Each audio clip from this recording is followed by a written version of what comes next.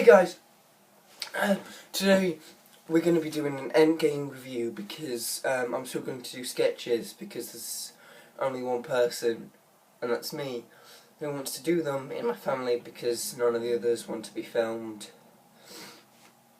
And that one of them may be getting a YouTube channel, so I may be able to record with him a few months later, but until that, then I'm still going to post sketches for you guys because, well, I want to, and it's fun to do them. It's just going to be a bit hard from now on. Well, not from now on, it's always been a bit hard. But especially some of the sketches I've made, they definitely need 2 or more people in them. And so I'm going to be slowing it down a bit with this Endgame review. And yes, I do have a call to ignore my snuffling. So, I've done it today, well, I'm posting it today, because I figure nearly everyone would have watched it by today, which makes sense, yeah. Because Endgame is one of the most hyped movies in all of Marvel history. I mean, people were saying that about Infinity War, and then Endgame came out, which has been a long awaited forever. And well, I try to avoid trailers for movies I really want to see, like I avoided trailers for Endgame. But when I was watching Shazam, which if you guys want me to do a review on, I may. I saw the trailer, and that made me really want to see it, and I did. I actually saw it twice because I went to see it with my mum, and then I went to see it with my brother because he was peed off that we didn't take him the first time. Anyway, so Endgame, the movie that gained 1.2 billion only days after it was released, and it broke all the records, and you can see why. If nearly everyone wanted to go see it, and nearly everyone did, apart from one of my friends who's annoyed at me because he thinks I spoiled it. Anyway, you don't care about that. So let's just get to it. And of course there will be spoilers ahead, so if you have not watched it, I would recommend that you do so, or wait for it to come out on Sky or DVD, and then you can watch this video. Otherwise, let's get straight into it. So, Endgame is everything you could ever want in a Marvel movie. It's Infinity War times 10.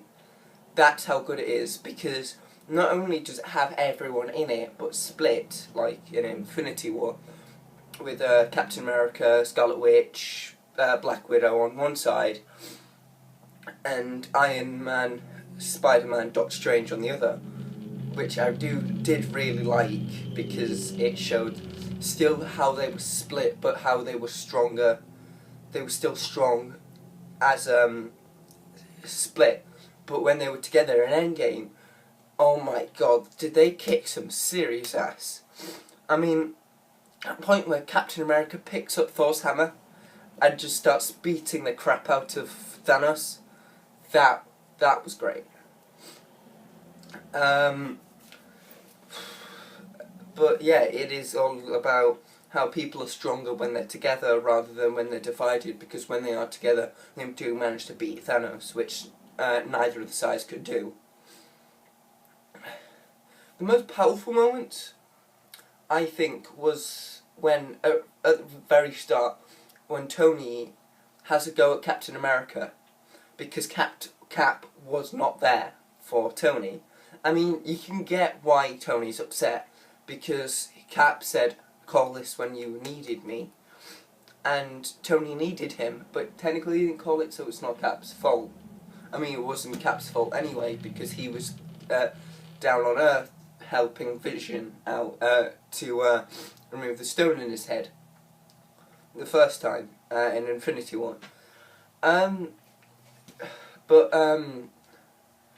And definitely the point where Iron Man just goes, "I am Iron Man." And then that is a really good scene, because it shows everything that's been building up from the last, I don't know, 11 or 12 movies. just put into those 3 words, and then the snap. And it's just so powerful for everyone in the audience, because not only did some of them realise that Tony was dead from that moment on, well, he lived for a bit, and that, well, it all stopped there, like Game of Thrones, if you guys watch that, where Arya stabs the Night King, and then it's just all that build-up, and then it just ends there. I mean, it's very powerful.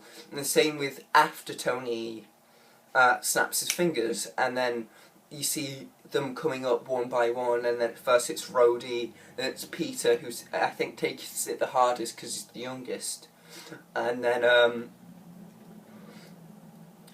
Pepper, and then they all like say goodbye in their own ways, and that made me cry, man. Well, made me shed a tear. And the funeral was very powerful as well, because it allowed you to see all the different sides of the different people there. I mean, you saw a different side to their normal ass-kicking selves. You saw them... By the way, I'm not American. I just say ass and not arse, because it sounds ruder. And I'm not going to be able to bleep that out, so I might have to put a warning in the description. Anyway, and it just shows the depressions, the sadder side of them that you haven't really seen before, unless there's similar deaths like Yondu and someone else I'm forgetting, Quicksilver. But it is very powerful when those moments happen, and it's a good scene. Well, it's not a good scene. You know what I mean? When you see everyone just going back to their normal homes and normal lives, apart from Peter, who's still hung up on it, and he sees Ned, and they hug. And what's really powerful about this, if you guys still care about this, is that everyone's just walking along and talking, and they either haven't heard or don't care, and Tony and Ned are the only ones there that actually do care or have heard. There is some speculation about who the kid is in Iron Man's funeral. When it zooms back and there's a kid, I was confused of who that was, and I'm sure a lot of you guys were. And it turns out that was the kid from Iron Man 3. I don't know his name, so if any of you guys know his name, you can put it in the comments maybe. But yeah, that was him. And it turns out he had attended Tony's funeral, because it may have been the same actor, but obviously it was a few years on. So yeah, that was the kid from Iron Man 3. What did confuse me a bit was how old Cassie got, because if she was like, say, 8 in... no, she wouldn't have been 8, she would have been like 5 in Ant-Man, and then say maybe a couple of years on she would have been like 7 or 8. Then it's 5 years on, so she'd been 12 or 13. And in my memory, she did not look 12 or 13. I don't know if that's the same actor, or they had to get a different actor to play her older. But, oh yes, they probably would have, because it's 5 years and it wasn't actually 5 years.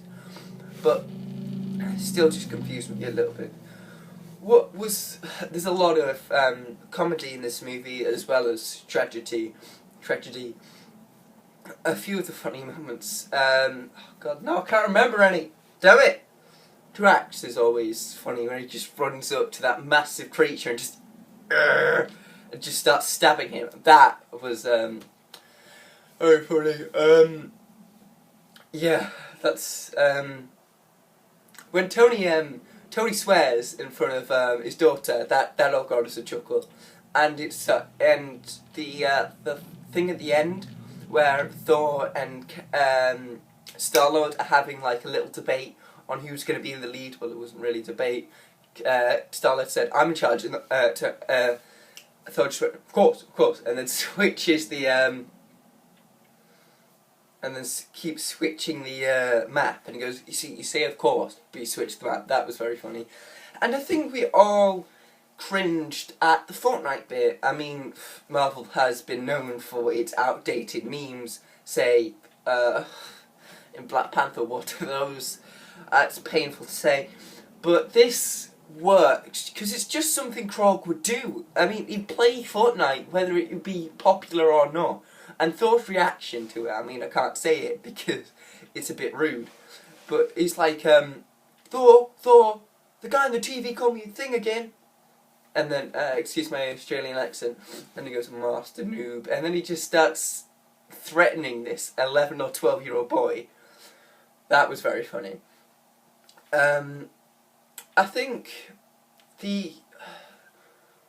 what was again confusing, not the movie itself, but definitely, sorry I get easily distracted, and I'm just looking off into the distance, I do that a lot in my videos. Anyway, what was confusing to me, not the video itself, but the audience's reaction to it. Comment below if any of this happened to you. So, you watch Black Widow die, right? And that was definitely sad for me. But no one else was crying, right? But when Tony died, all you heard was... I mean, definitely the guy behind us was just absolutely bawling by the point. And he was, what, 30, 40? Oh yeah, and especially with his sweets, he was... and I never want to be that guy who... because I am a noisy eater, but I never want to be that guy. So it's really annoying when I'm like... And it's so crinkly, and he just... and right, the second time I watched, and I don't want to make any noise, but you know you are, and it's really annoying. Same with, when I saw it the second time, and everyone was reacting to Iron Man die, and I was just eating my Skittles like... And in my head I was like, oh my god, these guys are going to think I don't care. What am I going to do? Everyone's going to hate me. But no one cared enough to look, so I think I was safe. And again, comment below. I'm sorry, guys, if I'm making you work overtime to comment all this stuff. But did you ever have anyone who was a massive distraction in the cinema? And things like people standing up at the start that you couldn't see the adverts, and shuffling around and talking very loudly. And we even in the first movie we even got someone just going round the chairs to make sure no one was talking, because so many people were reacting to it, and I don't mind that as long as it's quiet, not oh my god, is that Iron Man? Oh, bye bye then. I mean, it is very annoying, especially when the kids shouting are the people shouting are the kids behind you, just standing up and go, Dad, I don't want to sit there. And that's exactly what happened in the second viewing. I mean, thank God I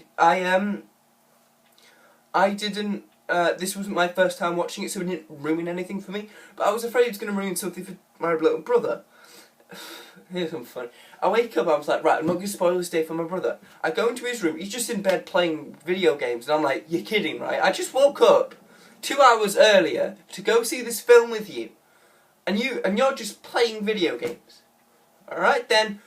But, so he was kicking the chairs, he was getting up and screaming, and he was playing his iPad. What's the point of bringing your kid to a film if he's not going to watch it? Especially 12, when Iron Man literally clicks his fingers and starts getting... I don't know what the term is for it, but it... I'm a teenager, so I have voice crack, sorry about that. But yeah, those were my thoughts on Endgame. God damn it. Comment below if you shared any of my opinions, or you had different opinions on the movie. I'd really like to read them. I think that's it, guys. Yeah, I'll see you later. Bye.